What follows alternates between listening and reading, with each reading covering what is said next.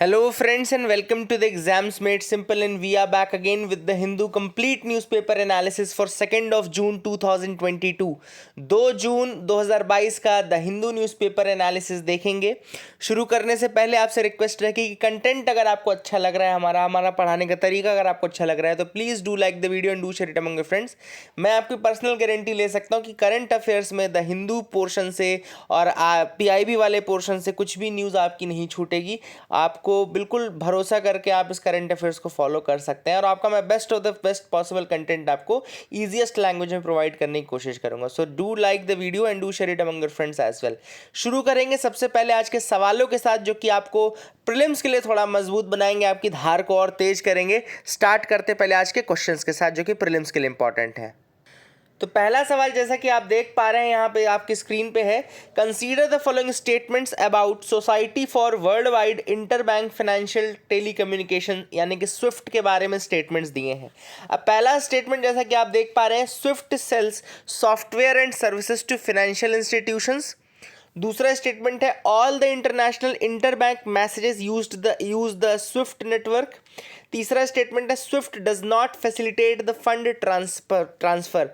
आपको बताना है कि इसमें करेक्ट स्टेटमेंट कौन सा है, which of the following is the correct statement regarding that.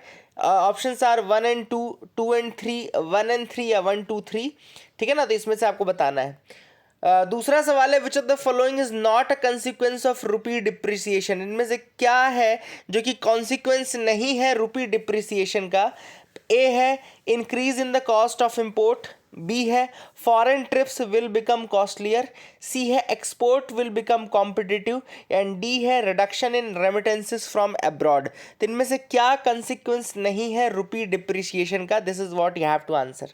Question number 3 है, consider the following statements about foreign portfolio investment. आपको बताना है फॉरेन पोर्टफोलियो इन्वेस्टमेंट के रिगार्डिंग जो स्टेटमेंट्स हैं उनमें से कौन से स्टेटमेंट्स जो हैं वो इनकरेक्ट हैं। You have to tell me the incorrect statements. First is, FPI does not provide investor with direct ownership of financial assets. Second है, FPI is part of countries current account. Third है, FPI is more liquid and more risky than FDI। आपको बताना है कि इनमें से incorrect कौन से हैं। 1 ओनली, 2 ओनली, 2 and 3 या 1 and 3। एक एक करके मैं आपको आंसर बताऊंगा, लेकिन सबसे पहले आप लोग अटेम्प्ट ज़रूर करिएगा और अपनी तरफ से बताइएगा कि कितने आपने सही सवाल किए। ठीक है ना। तो पहला जो इसमें सवाल है, मैंने पूछा था आपसे, which of the following statements are correct regarding the SWIFT telecommunication network. तो ये पहला स्टेटमेंट जो है यहाँ पे लिखा हुआ है, SWIFT sells softwares and services to financial institutions. ये बिल्कुल सही बात है। स्विफ्ट जो है अपने आप में एक सॉफ्टवेयर एंड सर्विसेज प्रोवाइड करता है। कौन सी सर्विस? मैसेजिंग सर्विस प्रोवाइड करता है। ठीक है ना। दूसरा स्टेटमेंट यहाँ पे लिखा हुआ है, all international interbank messages use the SWIFT network. ये गलत स्टेटमेंट है। सारे international interbank messages Swift network use नहीं करते हैं, ये आपको याद रखना है। हर इंटरनेशनल इंटरबैंक मैसेज है वो स्विफ्ट नेटवर्क यूज नहीं करता। फॉर एग्जांपल अभी रशिया ही नहीं यूज कर रहा है, रशिया को इस स्विफ्ट से बाहर कर दिया गया है, इसका मतलब ये थोड़ी कि ट्रांजैक्शंस नहीं हो रहे हैं। तो ये आपको याद रखना है। तीसरा है, SWIFT does not facilitate the fund transfer. ये बिल्कुल सही स्टेटमेंट है।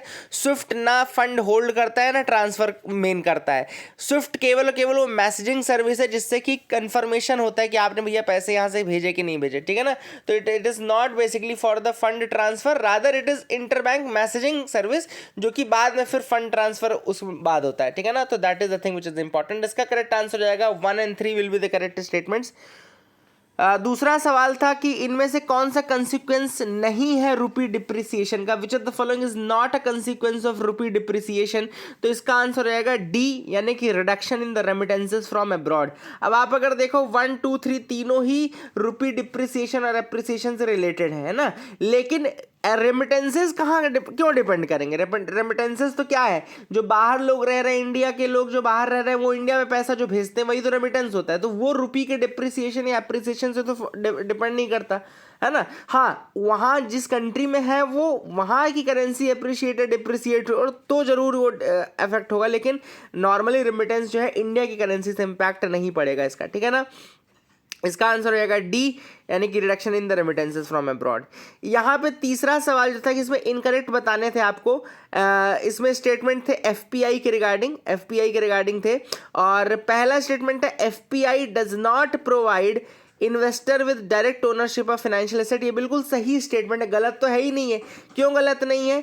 इसलिए गलत नहीं है क्योंकि एफडीआई में आप सबको पता है कि ओनरशिप होता है, ट्रांसफ़र होता है और थोड़ा सा आप ओन करते हो 10% से ज़्यादा एंड ऑल। तो ये पहला स्टेटमेंट सही है। दूसरा स्टेटमेंट है FPI is part of countries current account, ये गलत है स्टेटमेंट है। ये कैपिटल अकाउंट का हिस्सा होता है, करंट अकाउंट का हिस्सा नहीं होता है। और तीसरा भी गलत है, FPI is more liquid and more risky than FDI, इन्होंने कहा है। अब आप पूछेंगे कि ये ज़्यादा रिस्की है या कम रिस्की है, या ज़्यादा लिक्विड है कम लिक्विड है। तो यहाँ पे सिंपल सी बात मैं आपको बता दूं कि एफपीआई जो है वो ज़्यादा लिक्विड तो है, इट इज़ मोर लिक्विड, क्योंकि ये क्विकर एग्जिट आपको प्रोवाइड करता है, it provides you quicker exit. लेकिन ये ज़्यादा रिस्की नहीं होता एफडीआई से, ये लेस रिस्की होता है, it is less risky than FDI. FDI में तो भैया आपने पैसा फंसा के आप बैठे रहेंगे, हो सकता है कंपनी घाटे में चली जाए तो आपका जितना इन्वेस्टमेंट है वो घाटे का हो जाएगा। लेकिन FDI is basically more risky, FPI is less risky, इसलिए तीसरा स्टेटमेंट गलत हो जाएगा। Second statement and third statement will be wrong. 2 और 3 इसका आंसर हो जाएगा, C will be the answer for that, ठीक है ना। Mains question of the day की तरफ आते हैं। आज का जो mains question of the day है वो GS2 के सोशल जस्टिस वाले टॉपिक का है। Question is pressure groups play a vital role in influencing public policy making in India, explain how the business associations contribute to public policies. जो pressure group होते हैं वो बहुत इंपॉर्टेंट रोल प्ले करते हैं in influencing the public policy, आप सब जानते हैं प्रेशर ग्रुप्स अपना रोल प्ले करते हैं। अब जो बिजनेस एसोसिएशंस होते हैं वो भी अपने आप में एक प्रेशर ग्रुप है। तो आपको बताना है कि बिजनेस एसोसिएशन किस तरीके से पब्लिक पॉलिसीज में कंट्रीब्यूट करते हैं। तो this is the question which you have to answer. I hope you will try to answer these questions in the comment section below, ठीक है ना। जरूर आंसर करने की कोशिश करिएगा, मैं आपसे उम्मीद लगा के बैठा हूं कि आप इसका थोड़ा बहुत तो आंसर जरूर देंगे, ठीक है ना। GS2 सोशल जस्टिस का टॉपिक है। अब हम आते हैं पीआईबी की न्यूज़, जो पीआईबी के इंपॉर्टेंट न्यूज़ आर्टिकल्स हैं, यानी कि प्रेस इन्फॉर्मेशन ब्यूरो के, जो कि बहुत इंपॉर्टेंट है आपकी UPSC examination point of view से। उसमें से हम आते हैं। सबसे पहली जो न्यूज़ है, अभी रिसेंटली आपको एक पोर्टल के बारे में पता है कि नहीं मुझे नहीं पता, मैं आपको बता दूं। जेम पोर्टल नाम की एक चीज़ होती है। जेम पोर्टल यानी कि government e market place. Actually government e market place government ने क्या किया था कि जो सेंट्रल और जो स्टेट लेवल के गवर्नमेंट डिपार्टमेंट्स हैं, जैसे फॉर एग्जाम्पल पुलिस डिपार्टमेंट है या कोई भी ऐसा डिपार्टमेंट है ना, जो काम करे, कोऑपरेटिव डिपार्टमेंट हो गया आपका, फूड सप्लाईज हो गया, सिविल सप्लाईज हो गया, ये अलग अलग डिपार्टमेंट्स हैं गवर्नमेंट के, है ना। अब ये क्या करते, कई बार इनको खरीदी करनी होती है। फॉर एग्जांपल सपोज इनको ऑफिस के लिए एसी खरीदना है, सपोज करो इनको किसी ऑर्गेनाइजेशन में कुछ कोई ऐसी मशीन खरीदनी है। फॉर एग्जाम्पल पुलिस को जैसे सपोज करो कि वॉकी टॉकी खरीदने हैं, कुछ भी खरीदना है, तो ये सारी चीज़ें government e market place GeM portal पे अवेलेबल रहता है, जिसके लिए इनको अलग से कोई गवर्नमेंट का अप्रूवल नहीं लेना पड़ता। देखो, अगर इनको जेम से नहीं खरीदना होगा तो फिर इनको टेंडर करना पड़ता है। हर गवर्नमेंट संस्था को कुछ भी, अगर एक छोटा सा बल्ब भी खरीदना है तो उनको टेंडर करना पड़ता है। नॉर्मली ये प्रोसेस होती है, अगर छोटा सा एक बल्ब भी खरीदना है तो उसका टेंडरिंग होगी। लेकिन अगर आप जेम पोर्टल के थ्रू यानी कि गवर्नमेंट ई मार्केट प्लेस के थ्रू खरीद रहे हैं तो आपको फिर इसमें टेंडरिंग करने की आवश्यकता नहीं पड़ती है। तो आपका बहुत सारा टाइम बचता है और बहुत ही इजीली आप उस चीज को प्रोक्योर कर लेते हैं और बहुत जल्दी, टाइम टेकिंग भी कम है, आपका टाइम बहुत ज्यादा बचेगा। तो अभी तक ये फैसिलिटी जो थी वो किसको अवेलेबल थी? गवर्नमेंट, सेंट्रल गवर्नमेंट के ऑफिसर्स को, स्टेट गवर्नमेंट के ऑफिसर्स को, इनको अवेलेबल थी। अब ये जो फैसिलिटी है, जो गवर्नमेंट ई मार्केट प्लेस की फैसिलिटी है, अब ये कोऑपरेटिव्स को भी अवेलेबल कराई जाएगी बाय कोऑपरेटिव्स एज बायर्स। तो कोऑपरेटिव अगर बायर की तरह काम करेंगे तो उनको भी ये फैसिलिटी, जेम पोर्टल की फैसिलिटी अवेलेबल करा दी जाएगी। अब जेम पोर्टल के लिए इसमें एक आईडी बनती है, आपके ऑफिस की एक आईडी बनेगी, उसके थ्रू आप फिर प्रोक्योर कर सकते हो। Government e market place launch हुआ था 9 अगस्त 2016 को bye ministry of commerce and industry. याद रखिएगा, 9 अगस्त 2016, 2016 में ये लॉन्च किया गया था by the ministry of commerce and industry, and it was to create an open and transparent procurement platform for government buyers.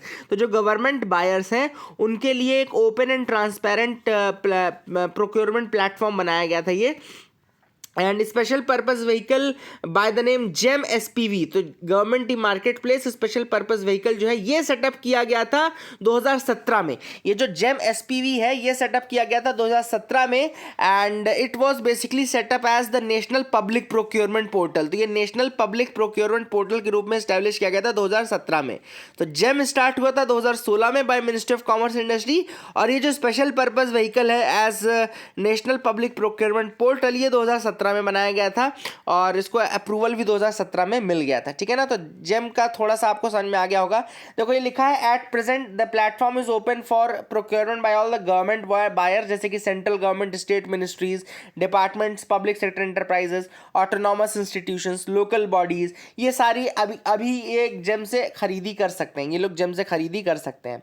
GeM is not available for use by private sector buyer. जो private sector buyers है वो नहीं अभी खरीद सकते हैं यहाँ से, जेम पोर्टल से नहीं खरीद। जैसे मैं और आप अगर चाहें कोई चीज़ प्राइवेटली, मैं एज अ डिपार्टमेंट खरीदना चाहूँ तो खरीद सकता हूँ अपने डिपार्टमेंट के लिए, लेकिन एज अ प्राइवेट इंडिविजुअल अगर मैं चाहूँ कि अरे चलो यहाँ पे कोई चीज़ सस्ती मिल रही है मैं यहाँ से खरीद लेता हूँ, तो वो नहीं मैं खरीद सकता हूँ जेम पोर्टल से। ठीक है ना, तो that is a big thing that you should know. दूसरी न्यूज़ है वो है इंडिया बांग्लादेश कनेक्टिविटी प्रोजेक्ट के लिए। अभी इंडिया और बांग्लादेश के बीच में एक और ट्रेन स्टार्ट करने की बात चल रही है और स्टार्ट कर दी गई है। They have decided to start a new passenger train service जिसको मिताली एक्सप्रेस बोलते हैं। याद रखेगा Mitali express, you have to remember this name Mitali express. आपसे पूछा जा सकता है कि मिताली एक्सप्रेस रिसेंटली चालू की गई है कौन सी कंट्रीज़ के बीच में, कहाँ के बीच में, तो ये हल्दीबारी और चिल्लाहाटी रेल लिंक है उसको रिस्टोर किया गया है और मिताली एक्सप्रेस जो लाइन है मिताली एक्सप्रेस वो इंडिया और बांग्लादेश के बीच में किया गया है। मिताली एक्सप्रेस जो है it is the third passenger train service between new Jalpaiguri India. यहाँ पे कनेक्टिंग पॉइंट कौन कौन से हैं? इंडिया का पॉइंट है न्यू जलपाईगुड़ी और बांग्लादेश में ढाका इज़ द पॉइंट। ठीक है ना, ढाका बांग्लादेश में जो है Mitali express is for that, है ना। तो ये I hope you will remember this fact, ये आपको याद रखना है। ठीक है ना।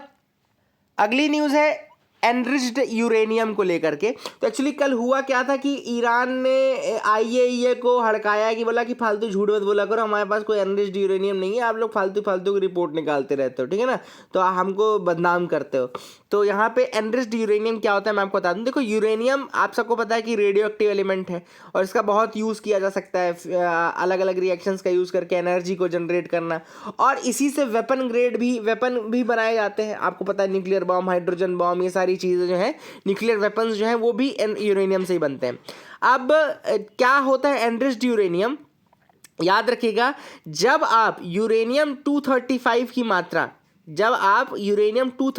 की मात्रा को यूरेनियम में, देखो यूरेनियम के अलग अलग आइसोटोप्स है, यूरेनियम 235 है, यूरेनियम 233 है ना। तो जब आप यूरेनियम 235 जो है which is a fissile isotope, काफ़ी फिसाइल आइसोटोप है ये, इसकी जब मात्रा को आप इंक्रीज करते हो by using centrifuge machines and all, by spinning it at supersonic speeds, तो सुपरसोनिक स्पीड में सेंट्रीफ्यूग को रोटेट करके ये आइसोटोप की मात्रा बढ़ाई जाती है। तो याद रखिएगा जब आप यूरेनियम 235 की मात्रा बढ़ाते हैं तो वो कहलाता है एनरिच्ड यूरेनियम। बस इस सिंपल से याद रखिएगा, जब आप एनरिचमेंट क्या है, एनरिचमेंट मतलब कि आप उसमें यूरेनियम 235 की मात्रा बढ़ा रहे हैं। अब लो एनरिच्ड यूरेनियम में 3 से 5% कंसंट्रेशन होता है यूरेनियम 235 का। ये जो 235 यूरेनियम में 3 to 5% concentration low enriched uranium कहलाता है। इसको आप फ्यूल या कमर्शियल न्यूक्लियर पावर प्लांट्स में यूज़ कर सकते हो। तो कमर्शियल न्यूक्लियर पावर प्लांट्स में एक चीज़ याद रखिएगा, यूज़ होने वाला जो यूरेनियम है उसमें केवल 3 to 5% का एनरिचमेंट रहता है। जो हाईली एनरिच्ड यूरेनियम माना जाता है उसमें लगभग 20% या उससे ज़्यादा होता है यूरेनियम 235, और ये रिसर्च सेक्टर्स के लिए यूज़ होता है। और जो वेपन ग्रेड यूरेनियम होता है वो 90% से ज़्यादा एनरिच्ड रहता है। याद रखिएगा weapon grade uranium is more than 90% enriched and all, तो ये आपको याद रखना है। 2015 में याद रखिएगा कि under 2015 nuclear deal 6 world powers हैं, China, France, Germany, Russia, US and UK, इन सब में इन्होंने क्या कहा था कि ईरान को केवल 3.67 तक ही एनरिचमेंट कर सकते हैं। जो न्यूक्लियर डील हुई थी 2015 में, जिसको JCPOA बोलते हैं हम, joint comprehensive plan of action बोलते हैं, JCPOA या फिर ईरान न्यूक्लियर डील, इसमें ईरान को केवल 3.67% तक एनरिचमेंट करने की परमिशन दी गई थी। याद रखिएगा केवल 3.67% तक की ही एनरिचमेंट की परमिशन दी गई थी। फिर ये एक डायग्राम है जिसमें आप देख सकते हैं कि किस तरीके से यूरेनियम 235 को किया जाता है। यूरेनियम 235 का नंबर बढ़ाया जाता है। देखो यहाँ पे लिखा है हैवियर 238 जो है वो सेपरेट होकर नीचे चले आएंगे और यूरेनियम 235 सेंट्रीफ्यूग फोर्स से ऊपर आ जाएगा, है ना। तो ये इसी तरीके से यूज होता है। तो अगली न्यूज़ है यहाँ पे फ्रंट पेज की, आपको द हिंदू की दिख रही हुई, caste based census to be held in Bihar. अब बिहार जो है उसमें कास्ट बेस्ड सेंसर जो है वो होने वाला है। अब नीतीश कुमार जी पहले से ही लगे हुए थे कि कास्ट बेस्ड सेंसस होना चाहिए। देखो सबसे पहला सवाल आपके दिमाग में आना चाहिए कि कास्ट बेस्ड सेंसस होता क्या है और क्यों लोग इसके पीछे दीवाने हुए पड़े हैं। तो कास्ट सेंसस जो होता है इसका मतलब है कि सारा जो कास्ट वाइज डेटा है, जैसे सेंसस क्या है, सेंसस है कि भैया मेल कितने हैं, फीमेल कितने हैं, पॉपुलेशन कितनी है ना, सेक्स रेशियो क्या है, ये अलग अलग चीज़ें हमको सेंसस में पता चलती हैं।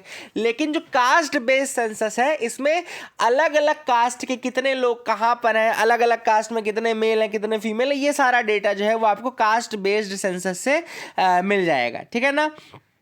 अब देखो हुआ क्या कि 1951 से 2011 की जितने भी सेंसस आप देखेंगे, 1951 से 2011 तक के जितने सेंसस हैं उनमें शेड्यूल्ड कास्ट और शेड्यूल्ड ट्राइब्स के नंबर आपको हमेशा मिले हैं। याद रखिएगा 1951 टू 2011 जितने भी सेंसस हैं शेड्यूल्ड कास्ट और शेड्यूल्ड ट्राइब के नंबर उसमें अलग से आते हैं। मतलब कि दलित आदिवासी जो कम्युनिटीज़ हैं इसमें सारा सेग्रीगेशन इनका आपको मिल जाएगा, डेटा आपको मिल जाएगा। वहीं पे जो ओबीसी कास्ट है यानी कि जो अदर बैकवर्ड क्लासेस हैं या फिर जो इस तरीके की इंटरमीडिएट कास्ट है इनके डेटा आपको नहीं मिल पाते, ठीक है ना। तो याद रखिएगा दिक्कत क्या थी, इनको दिक्कत ये थी कि एससीज और एसटीज के नंबर तो इनको मिल रहे थे, लेकिन ओबीसी जो कि कंट्री का नियरली 52% बनाते हैं उनके नंबर इनको नहीं मिल रहे थे, ठीक है ना। सो दैट इज द थिंग। बाकी जितनी भी एससी और एसटी के अलावा बाकी जितनी भी कैटेगरीज हैं they are taken as general category, है ना। सेंसस में they are taken as general category, they are not segregated based upon their backwardness status. तो इसीलिए इनके नंबर को क्लैरिफाई करने के लिए ताकि इनका एग्जैक्ट नंबर मिल जाए, इसलिए इसकी डिमांड उठी कि भैया ओबीसीज के नंबर भी अलग से पता चल जाए, इसलिए हम कास्ट बेस्ड सेंसस करेंगे। बिहार से ये काफ़ी ज़्यादा ये डिमांड उठी है, ठीक है ना। आज़ादी तक देखो क्या हुआ, अगर नॉर्मली आपसे कोई पूछे कि पहला सेंसस कब हुआ तो वो तो 1872 में हुआ था लॉर्ड मेयो के अंतर्गत। फिर आपको याद है कि जो पीरियोडिक सेंसस है वो 1881 से स्टार्ट हुआ लॉर्ड रिपन के अंतर्गत, है ना। लॉर्ड मेयो के अंतर्गत फर्स्ट सेंसस 1872 में हो गया था। 1881 में पहला पीरियोडिक सेंसस जो है अगर आप देखें तो जो अभी हम काउंट करते हैं वो 1881 से स्टार्ट हुआ लॉर्ड रिपन के अंतर्गत, ठीक है ना। होता क्या था जो कास्ट डेटा है वो 1931 तक ही इकट्ठा किया गया था। Caste data was collected till 1931, लेकिन अभी प्रेजेंटली उस डेटा को हम सही नहीं मान सकते क्योंकि 1931 से 2022 तक एक तो पॉपुलेशन ड्रास्टिकली चेंज हुई है, दूसरा पाकिस्तान और बांग्लादेश वाला रीजन जो है वो पहले इंडिया में आता था वो सेपरेट हो गया है। तो पॉपुलेशन का जो कॉम्प्लेक्स है और पॉपुलेशन का जो मिक्स है वो काफ़ी चेंज हुआ है ना। एंड ये सारी चीज़ों का हमको दोबारा करने की जरूरत है। This is what has been said. और एक और चीज़ याद रखिएगा कि 1941 में कास्ट डेटा उस साल ब्रेक हुआ था। एक्चुअली उस समय वर्ल्ड वॉर 2 चल रहा था 1941 के समय, तो कास्ट सेंसस के कारण जो फाइनेंशियल या एडमिनिस्ट्रेटिव इशूज थे उन कारणों से उसको बंद किया गया था, फिर वो बंद हो गया कास्ट का डेटा, है ना। और 1951 के बाद केवल हमको एससी और एसटीज का डेटा ही मिलता है। So that is what the whole issue is. आपको आई होप समझ में आ गया होगा, मैंने पूरा बैकग्राउंड आपको क्लियर किया है अपनी तरफ से। इसके बाद और कोई क्वेश्चन नहीं बचता यहाँ पे, ठीक है ना, तो इसको याद रखिएगा। जीएसटी कलेक्शन 44% जंप कर गया है लगभग 1.41 करोड़ में, तो ये जो कलेक्शन है वो बढ़ता जा रहा है। So that is a good thing, है ना। पिछले महीने थोड़ा ज़्यादा था वैसे, लेकिन अभी 1.41 लाख करोड़ है, तो that is another good thing. ऐसा नहीं है कि वो गलत है ना। अगला जो आर्टिकल है यहाँ पे हम आते हैं, a case for community oriented health services. अब ये जो आर्टिकल है वो लिखा गया है regarding India's Asha workers and all. तो इंडिया की आशा वर्कर्स के ऊपर ये पूरा आर्टिकल लिखा गया है। आप सबको पता है कि आशा जो है एक्रेडिटेड सोशल हेल्थ एक्टिविस्ट जो हैं, इनको रिसेंटली WHO का एक अवार्ड मिला था, है ना। ग्लोबल हेल्थ लीडर्स अवार्ड 2022 से नवाजा गया था। 6 अवार्डीज थे, उनमें से एक आशा वर्कर फ्रॉम इंडिया भी थे जनेवा में, और ये बहुत अच्छी बात है, बहुत गर्व की बात है हमारे लिए, ऑब्वियस सी बात है। अब ऐसे में इट इज़ इंपॉर्टेंट कि इनका हम रोल रिकॉग्नाइज करें और जो इनके इश्यूज हैं उनको दूर करें, है ना। आशा वर्कर्स बहुत ज़्यादा काम कर रहे हैं। इनफैक्ट जो कम्युनिटी हेल्थ सर्विसेज हैं उसमें इनका बहुत बड़ा योगदान है।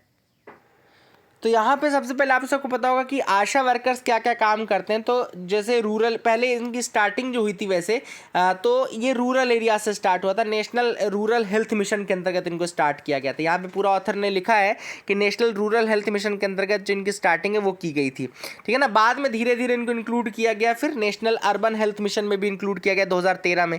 रूरल हेल्थ मिशन में 2005-2006 के आसपास इनको इंक्लूड किया गया था, ठीक है ना। तो that is the thing which is important. और इनको इनकी अलग अलग वॉलंटियर्स के रूप में इनको लिया जाता है। जहाँ पे 1000 की पॉपुलेशन है, जहाँ पे 2000 की पॉपुलेशन है, अर्बन एरिया है तो 2000 की पॉपुलेशन, रूरल एरिया है तो 1000 की पॉपुलेशन है। और फिर इनको काम दिया जाता है कि भाई कम्युनिटी में जो जो मतलब जाके जैसे कोविड के दौरान इनको बोला गया कि भाई आप जाके मास्क वितरण करें, आप सैनिटाइजर्स वितरण करें, आप वहाँ पे लोगों को बताएं। और कॉन्ट्रैक्ट ट्रेसिंग के लिए भी इनका यूज़ किया गया था। ये सारी चीज़ें थी। आशा वर्कर्स ने बहुत इंपॉर्टेंट रोल प्ले किया है, चाहे वो पोलियो फ्री इंडिया को बनाना हो, चाहे वो रूटीन इम्यूनाइजेशन का कवरेज हो, चाहे वो न्यू बॉर्न का सर्वाइवल इम्प्रूव करना हो। इन सब केसेस में आशा वर्कर्स ने बहुत इंपॉर्टेंट रोल प्ले किया है। मैंने आपको जेनेसिस बता दिया 2005-06 में नेशनल रूरल हेल्थ मिशन, 2013 में नेशनल अर्बन हेल्थ मिशन के अंतर्गत, ठीक है ना। अब इसकी अगर कोर हम देखें तो आशा के पहले जो इंटरनेशनल कम्युनिटी थी वहाँ पे ये कम्युनिटी हेल्थ को लेकर के काफ़ी चीज़ें चल रही थी। जैसे कि WHO ने एक मोनोग्राफ लिखा था जिसमें 1978 में 1978 में हेल्थ बाय द पीपल, मतलब लोगों के द्वारा ही उनकी हेल्थ। जैसे आप आशा वर्कर्स को भी देखें ना तो वो लोगों के बीच के ही लोग होते हैं ना। ऐसा नहीं होता कि अलग से कोई एग्जॉटिक किसी व्यक्ति को वहाँ पे रखा जाता है, वो उन्हीं के बीच के लोग होते हैं। दे आर मतलब देयर ओन पीपल। और इसके बाद 1978 में जब ये health by the people monograph है, इसके बाद एक इंटरनेशनल कॉन्फ्रेंस हुई अल्मा आटा में। अल्मा आटा आपको पता है कि ये कजाकिस्तान में है और पहले उस समय USSR में था अल्मा आटा। तो ये बेसिकली यहाँ पे एक कॉन्फ्रेंस भी होती है जिसके बाद उन्होंने कंट्रीज़ को एम्फेसाइज किया कि भैया आप कम्युनिटी हेल्थ वर्कर्स को रिक्रूट करो, कम्युनिटी हेल्थ वर्कर्स को रिक्रूट करो जो कि आपके प्राइमरी हेल्थ केयर सर्विसेज को और स्ट्रेंथन करेंगे और ये और ज़्यादा पार्टिसिपेटरी बनेगी और पीपल सेंट्रिक प्रोसेस बन जाएगी, है ना। अब जब उन्हीं के बीच के लोगों को आप इंप्लीमेंट करेंगे, एम्प्लॉयमेंट देंगे तो ये और ज़्यादा पीपल सेंट्रिक बनेगी और ज़्यादा पार्टिसिपेटरी नेचर की बनेगी। फिर इसके बाद इंडिया में डायरेक्ट आशा नहीं स्टार्ट हुआ था, इंडिया में भी शुरुआत हुई थी पहले। छत्तीसगढ़ में मितानिन नाम का एक प्रोग्राम था। मितानिन का मतलब होता है एक फीमेल फ्रेंड। मितानिन का मतलब क्या होता है? Female friend. तो ये फाइनली जो कहना चाहिए, जो इसका मतलब आता है, जो फाइनल जो एक पुश मिलता है फॉर द आशा वर्कर्स, ये मितानिन प्रोग्राम से मिला जो कि 2002 में छत्तीसगढ़ में स्टार्ट हुआ था, ठीक है ना। तो यहाँ पे भी एक इंपॉर्टेंट है कि यहाँ पे मितानिन में भी ऑल फीमेल वॉलंटियर्स जो कि 50 हाउस होल्ड यानी कि 250 लोगों के बीच में एक मितानिन वर्कर को यानी फीमेल फ्रेंड को भेजा जाता था जो कि बाकी सारी चीज़ें देखती थी। अब आशा का भी वही है, आशा का सिलेक्शन भी ऐसे ही किया जाता है ताकि जो उनके कम्युनिटी के ही लोग रहें। अगर सेम कम्युनिटी सेम के लोग रहेंगे तो उनको एक्सेप्टेंस ज़्यादा मिलेगी, फेमिलियरिटी ज़्यादा रहेगी, ठीक है ना। इसके अलावा कम्युनिटी के जो रिप्रेजेंटेटिव्स हैं वहाँ पे एक तरीके से उनको जो लोग एक तरीके से कहना चाहिए जॉबलेस थे उनको जॉब भी मिल रहा है ना। प्लस उनको ये भी नहीं लग रहा है कि ये लोएस्ट स्ट्रंग के लोग हैं, उनको ये लग रहा है कि चलो ये पार्टिसिपेटिव कम्युनिटेरियन एक तरीके से हेल्थ बेनिफिट है, तो इसमें लोग ज़्यादा इन्वॉल्व होने की कोशिश करते हैं, ठीक है ना। और दूसरी चीज़, गवर्नमेंट का अगर रिक्रूटमेंट पे हम बेस्ड होते हैं आशा के लिए तो वो भी एक बहुत ज़्यादा स्लो प्रोसेस होती है, इसलिए ये वॉलंटियर प्रोसेस है तो और ज़्यादा बेटर है कि जो लोग करना चाहते हैं वो जल्दी सामने आ जाते हैं, ठीक है ना। अब ऑथर ने कहा कि इनके कुछ इश्यूज़ भी हैं, ऐसा नहीं कि ये चैलेंजेस फेस नहीं कर रहे हैं। अगर आप देखें तो रूरल अर्बन एरियाज़ जो हैं तो यहाँ पे अगर आप AAA नाम आपने सुना होगा, आशा, AWW और ANM, है ना, ऑक्सिलरी नर्स मिडवाइफ जिसको बोलते हैं, आंगनवाड़ी वर्कर्स बोलते हैं, AW जिसको बोलते हैं। तो ये 3 ग्रुप काम कर रहे हैं। अब यहाँ पे अगर आप देखोगे तो इनमें से केवल अगर आप देखो तो आशा आर दी ओनली वंस जिनकी सैलरी फिक्स है, जिनकी सैलरी फिक्स नहीं है, who do not have a fix salary. बाकी आपके ANM और AWW की है। तो आशा की सैलरी जो है they do not have a fixed salary and they do not have opportunity for career progression, इनके कैरियर प्रोग्रेशन की भी उम्मीद बहुत कम रहती है। तो ऑथर ने यही सजेशन दिया है गवर्नमेंट को कि भैया इनका रोल इतना इंपॉर्टेंट है कि पहले तो आप इनको फिक्स सैलरी प्रोवाइड करना शुरू करो, और इनको आप लोग लिख लो कि क्या क्या चीज़ें करनी है ना, मैं आपको बताता जा रहा हूँ। पहली चीज़ तो आप इनको फिक्स सैलरी प्रोवाइड करना शुरू करो, fix salary. Second thing is that you should provide them options of career progression. Career progression मतलब कि आप इनको डेपुटेशन में जैसे एएनएम में भेज दिया। तो ऑथर ने यही सारी चीज़ें सजेस्ट की हैं कि पहली चीज़ तो इनको रेगुलर सैलरी मिले, दूसरा फिक्स सैलरी, और तीसरा ये डेपुटेशन में जैसा मैंने आपको बताया कि कैरियर प्रोग्रेशन। अगर आपको कैरियर प्रोग्रेशन का ऑप्शन नहीं दिया जाएगा तो आप मतलब काम करने से फिर बोर हो जाओगे। तो कैरियर प्रोग्रेशन मतलब कि आपको डेपुटेशन में एएनएम बना करके या पब्लिक हेल्थ वर्कर बना करके या एडब्ल्यूडब्ल्यू बना करके आपको कहीं आगे बढ़ाया जाए। इसके अलावा ऑथर ने कहा कि सोशल सेक्टर जो बेनिफिट्स हैं, सोशल सेक्टर जो सर्विसेज हैं जैसे कि हेल्थ इंश्योरेंस हो गया, वो आशा वर्कर्स की फैमिलीज के लिए कंसीडर करना जरूरी है, ठीक है ना। That should be considered for Asha workers and their family, कि जो सोशल सेक्टर के बेनिफिट्स हैं वो उनको प्रोवाइड किए जाएं, ठीक है ना। इसके अलावा गवर्नमेंट को ये भी देखना चाहिए कि जो मतलब कि इसका एक एक्सटर्नल रिव्यू हो, है ना। रिव्यू मतलब इन द सेंस लोगों को भाई पता चले कि किस तरीके से काम चल रहा है और वाकई में काम चल रहा है कि नहीं चल रहा है। बेनिफिट सबको मिल रहा है लेकिन इसका एक्सटर्नल रिव्यू होगा, इंटरनेशनली लोग इसको जानेंगे और क्या अर्जेंट प्रियोरिटी किस चीज़ को देनी है वो पता चलेगा, है ना। That is the big thing which should be there. और ऑथर ने लास्ट सजेशन दिया कि regularisation of these temporary post.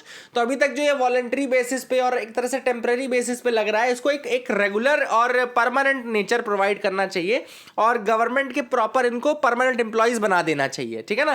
तो these are the suggestions which have been provided by author in this case, ठीक है ना। तो I hope you got clarity regarding this, आपको समझ में आ गया होगा, ठीक है ना। दूसरे आर्टिकल की तरफ मूव करते हैं, दूसरा एडिटोरियल देखते हैं। दूसरा एडिटोरियल है the challenge of reforming the death penalty sentencing. अब डेथ पेनाल्टी के केस में मैंने आपको हमेशा जब भी न्यूज़ बताई है उसमें एक केस का जिक्र ज़रूर हुआ है और आज भी उस केस का जिक्र होगा, वो है Bachchan Singh versus state of Punjab case. Bachchan Singh versus state of Punjab case जो है याद रखेगा, मैं आपको थोड़ा सा, मैं देखो एडिटोरियल के तरीके से भी बता सकता हूँ, मैं आपको थोड़ा ईजी तरीके से बताना चाहता हूँ कि आपको समझ में आए कि क्या है। एक्चुअली में Bachchan Singh versus state of Punjab जो केस था, ये आपका 1980 का एक केस है जिसमें कि सुप्रीम कोर्ट ने कुछ गाइडलाइंस रखी थी। पहली चीज़ तो उन्होंने डेथ पेनल्टी को अपहेल्ड किया था, death penalty was upheld in this own judgment, है ना। तो Bachan Singh versus state of Punjab जो केस है वहाँ पे डेथ पेनल्टी को अपहेल्ड किया गया था, पहली चीज़ आपको याद रखनी है। दूसरी चीज़ इसमें जो सुप्रीम कोर्ट है उसने दो तीन चीज़ें इंपॉर्टेंट ये बोली थी कि भैया आपको थोड़ा बैकग्राउंड भी देखना है, आपको सिर्फ ये नहीं देखना है कि डेथ पेनल्टी देना है कि मतलब बस मुंह उठा के आपने डेथ पेनल्टी दे दी। आपको चीज़ें देखनी पड़ेंगी, आपको पहले ये देखना पड़ेगा कि भाई उस व्यक्ति की कंडीशन क्या थी, उस व्यक्ति ने किस कंडीशन में क्या किया, या फिर डेथ पेनल्टी क्या लास्ट रिजॉर्ट ही है, उसमें और कोई तरीका नहीं उसको रिफॉर्म करने का। तो कुल मिलाकर के सुप्रीम कोर्ट ने अपहेल्ड ज़रूर किया था डेथ पेनल्टी को, लेकिन कहा था death penalty should be the last resort. Death penalty ऐसे नहीं होनी चाहिए कि पहली चीज़ डेथ पेनल्टी ही आपने कर दी उसको, है ना। तो केस भले आप देखो लेकिन आप रिफॉर्म करने की कोशिश करो, क्योंकि आपको पता है जो ये सर्विसेज हैं इनको प्रिजन एंड करेक्शनल सर्विसेज बोलते हैं। करेक्शनल मतलब कि आपको करेक्ट करने का भी प्रयास करना है, तो क्या उसमें करेक्ट होने की कोई गुंजाइश नहीं है? अगर नहीं है तो ही आप उसको डेथ पेनल्टी दे सकते हैं, अदरवाइज आप उसको ना दें, ठीक है ना। तो these all are the things that were mentioned in the Bachchan Singh case. अब अभी रिसेंटली एक और केस हुआ है जिसमें कि Manoj, the famous Manoj and ORS versus others and state of Madhya Pradesh का केस है, जिसमें कि दोबारा से अभी सुप्रीम कोर्ट ने कुछ गाइडलाइंस दी हैं, जिसमें उन्होंने क्या बोला है, मैं आपको जो गाइडलाइंस दी हैं वो बता दूं। पहला है कि आपको क्रिमिनल का बैकग्राउंड देखना है, you have to see the background of the criminal. Background को एक मिटिगेटिंग फैक्टर मानते हैं वो, you should see the background है कि कहाँ से वो व्यक्ति आया है, उस व्यक्ति की हिस्ट्री क्या है, पहले उसके साथ क्या हुआ, कि क्या क्यों इसका क्रिमिनल माइंडसेट हो गया, है ना। जैसे ये सब वैसे फॉरेन के कंसेप्ट हैं, बहुत ज़्यादा फॉरेन में चलता है। जैसे अगर आप फॉरेन में भी देखेंगे ना तो वहाँ पे भी कोर्ट से यही सब नाटक करते हैं। इनफैक्ट बहुत हीनस केसेस में भी कई बार ऐसा देखा गया है जिसमें कि कोई सज़ा नहीं हो रही है या सज़ा भी हो रही है तो डेथ पेनल्टी नहीं दे रही। जैसे कि अगर आप अमेरिका का एक केस देखेंगे जिसमें एक रिवर है, जेनेसी रिवर किलर के नाम से एक फेमस था, एक सीरियल किलर था, जेनेसी रिवर किलर के नाम से वो फेमस था, है ना। लगभग 15 से 16 लड़कियों का उसने मर्डर किया था, लेकिन बस इसी केवल बैकग्राउंड के चक्कर में कि since he had a history of abuse at his house hold, उस व्यक्ति के घर का जो एटमॉस्फेयर था उसमें उसको अब्यूज होता था, इस कारण से उस व्यक्ति को मतलब सजाए मौत या जो भी था ये नहीं दिया गया और उसको 250 ईयर्स की सजा पड़ी, ठीक है ना। तो मतलब he was not given the death penalty for the sole reason that he had a life जिसमें बैकग्राउंड में उसको उसके साथ ऐसा केस हुआ था कुछ। तो कई बार ऐसा देखा गया है जिसमें कि फॉरेन कंसेप्ट है ये, वैसे तो यही चीज़ मैंने आपको बता रहा था, वही चीज़ अब इंडिया में भी इंक्लूड करने की बात की जा रही है। और लोग कह रहे हैं कि भाई जजेस को इतना वो होना चाहिए, एक्सपर्ट होना चाहिए कि वो इस सारी चीज़ों को समझ पाए, है ना। केवल इन्फॉर्मेशन इकट्ठा करने से तो काम होगा नहीं। ऑथर ने वही बोला है कि इन्फॉर्मेशन के साथ साथ आपको वो समझना भी, तो वही कंसेप्ट आप इंडिया में भी यूज़ करने की बात जो है वो चल रही है, ठीक है ना। कि भाई आप पहले जो एक्यूज है उसकी प्री ऑफेंस डिटेल्स निकालो, उसका सोशो इकोनॉमिक स्टेटस पता करो, उसका फैमिली बैकग्राउंड पता करो, प्लस पोस्ट ऑफेंस डिटेल्स भी निकालो, जैसे कि उसका प्रिजन में कैसा कंडक्ट रहा या फिर उसने किस तरीके से बिहेव किया, क्या उसमें कोई चेंजेस दिखे कि नहीं। तो ये सारी चीज़ें जब आप पता करोगे तो वो क्रूशली आपको समझ में आएगा। तो यही सारी चीज़ें ऑथर ने यहाँ पे बोली है कि भाई जब आप ये सारे फैक्टर्स देखेंगे तब आप एक सही जजमेंट पे पहुँच सकते हैं कि वाकई में वहाँ पे फांसी की ज़रूरत है या नहीं। तो लेट्स सी कि पहले बच्चन सिंह का केस और अब तो ये कुल मिलाकर के इन केसेस से कहना कि भैया आप ह्यूमनिस्टिक पॉइंट ऑफ व्यू से सोचो, आप इंडिविजुअल पॉइंट ऑफ व्यू से सोचो और सारे मिटिगेटिंग जो फैक्टर्स हैं उनको ध्यान में रख करके ही आप डिसाइड करो कि उसमें वाकई आपको डेथ पेनल्टी की ज़रूरत है या नहीं है, ठीक है ना। तो this is what has been mentioned by the author in this article. आगे मूव करते हैं, यहाँ पे है understanding the gun control legislation of different countries. अब यहाँ पे आर्टिकल क्यों लिखा गया, ऑब्वियस सी बात है, अभी आपको पता होगा अमेरिका में गोली चल गई जिसमें 19 बच्चों की हत्या कर दी, एक लड़के नहीं, उनमें से 18 साल के लड़के ने। तो अमेरिका में तो देखो बहुत ही फर्जी हैं, जितने भी आर्म कंट्रोल रूल हैं बहुत ही फर्जी हैं। वहाँ पे एक्चुअली सेकंड अमेंडमेंट अगर आप यूएस कॉन्स्टिट्यूशन का देखोगे तो वहाँ पे लिखा है there is a right of the people to keep and bear arms, it shall not be infringed, मतलब जो व्यक्ति का अधिकार है आर्म्स को कैरी करने का उसको इन्फ्रिंज नहीं किया जा सकता। And it is attributed to be the root cause of all these violence issues, जितने भी फायर आर्म रिलेटेड वायलेंस होते हैं अमेरिका में उसका रूट कॉज यही सेकंड अमेंडमेंट के द्वारा किया गया ये रूट था, जिसमें उन्होंने कहा कि right of the people to carry arms that shall not be infringed upon, उसको इन्फ्रिंज नहीं किया जाएगा।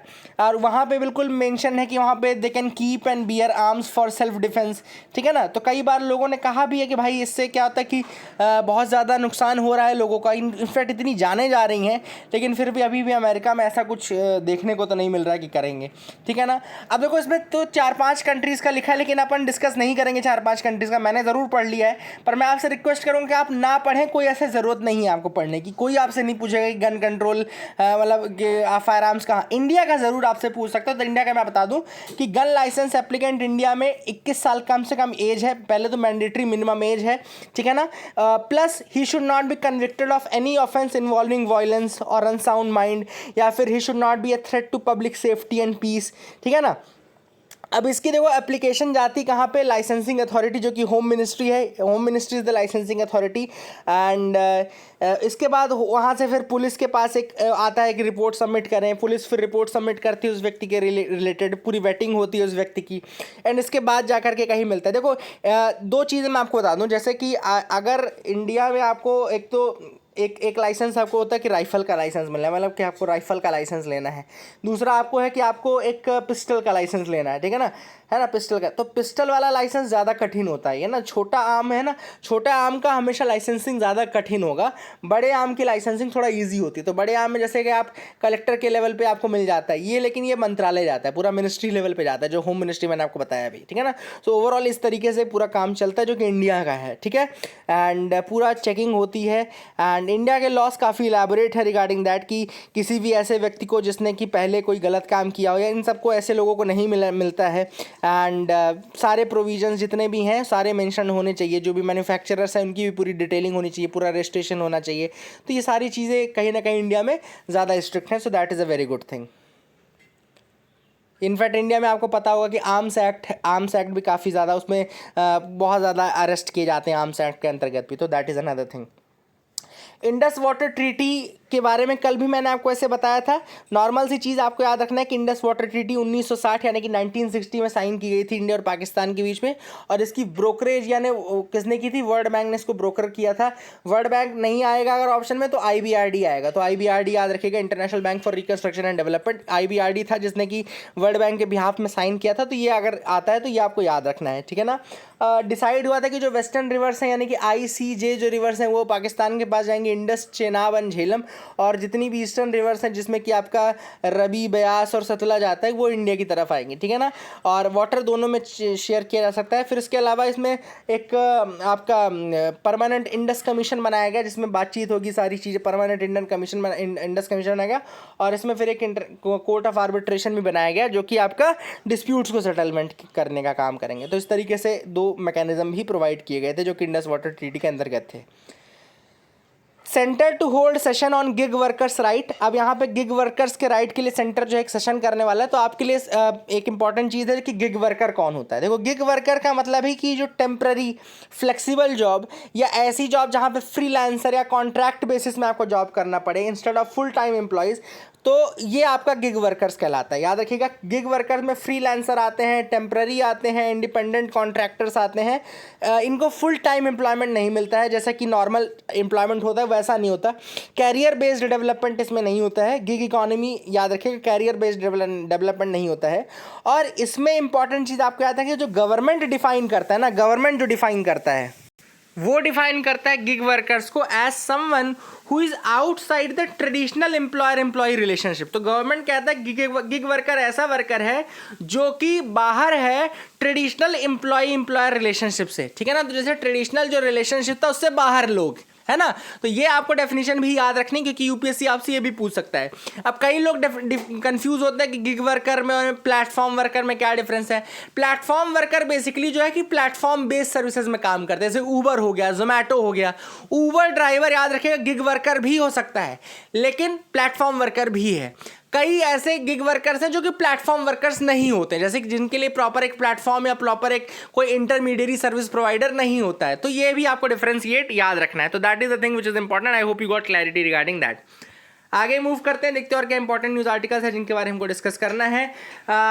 Hall to convert passenger aircrafts into fuel tankers. तो अब कुछ 6 बोइंग 767 एयरक्राफ्ट्स हैं जिनको कि फ्यूल टैंकर्स, एयर रिफ्यूलर्स के रूप में कन्वर्ट किया जाएगा इंडियन एयरफोर्स के लिए। हॉल के बारे में बता दूं, 1940 में हॉल बना था और एक Indian state owned aerospace and defence company है। हेडक्वार्टर इसका बेंगलुरु में है और 1940 23 दिसंबर 1940 में ये बनाया गया था। And it is one of the oldest and largest aerospace and defence manufacturers in the world today. इसको पहले जब बना था ना तो वालचंद हीराचंद के नाम से ये था, लेकिन बाद में 1964 में इसका नाम बदल करके 1964 में 1964 में इसका नाम बदल करके हॉल किया गया। तो ये भी एक इंपॉर्टेंट चीज़ है जो कि याद रखना है आपको। FMCG सेक्टर का आउटपुट जो है कंजम्पशन डिक्लाइन हुआ है। FMCG क्या होता है मैं आपको बता दूं। FMCG मतलब होता है fast moving consumer goods. Fast moving consumer goods, तो फास्ट मूविंग कंज्यूमर गुड्स ऐसे प्रोडक्ट हैं जो कि सेल होते हैं quickly at relatively low cost, है ना। ऐसे प्रोडक्ट जो कि बहुत जल्दी सेल हो जाए at relatively low cost, and they are basically called consumer packaged goods. ये कंज्यूमर के कंजम्पशन के लिए होते हैं, कंज्यूमर पैकेज्ड गुड्स होते हैं।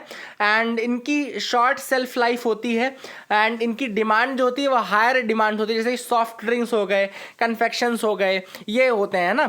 और पेरिशेबल भी होते हैं, जैसे मीट हो गया, डेयरी प्रोडक्ट हो गया, बेक्ड गुड्स हो गए, ये सारे FMCG में ही आते हैं, फास्ट मूविंग कंज्यूमर गुड्स में आते हैं। एंड फ्रीक्वेंटली परचेज किए जाते हैं, कंज्यूम भी रैपिडली होते हैं, प्राइस भी कम होती है एंड लार्ज क्वांटिटीज में ये खरीदे बेचे जाते हैं। And they have a high turnover when they are on the shelf at a store, मतलब हाई टर्नओवर रहता है इनसे काफ़ी। इंडिया में भी काफ़ी ज़्यादा आपको पता होगा कि ये काफ़ी ज़्यादा मात्रा में शेल्फ में भी दिखते हैं आपको दुकानों में, जैसे एक साथ बिस्किट के बहुत सारे पैकेट दिखेंगे आपको। तो ये FMCG में सारी चीज़ें आती हैं, ठीक है ना। तो I hope you got clarity regarding that as well. और यहाँ पर जो US जो है ताइवान के साथ एक डेवलप करने वाला है फॉर ट्रेड इनिशिएटिव। ज़्यादा इंपॉर्टेंट नहीं है, जब डेवलप कर लेगा तो हम आपको बताएंगे। That is it for the day friends. I hope you like the video. Please like and subscribe. Keep loving us, keep sharing us. Thank you, have a nice day.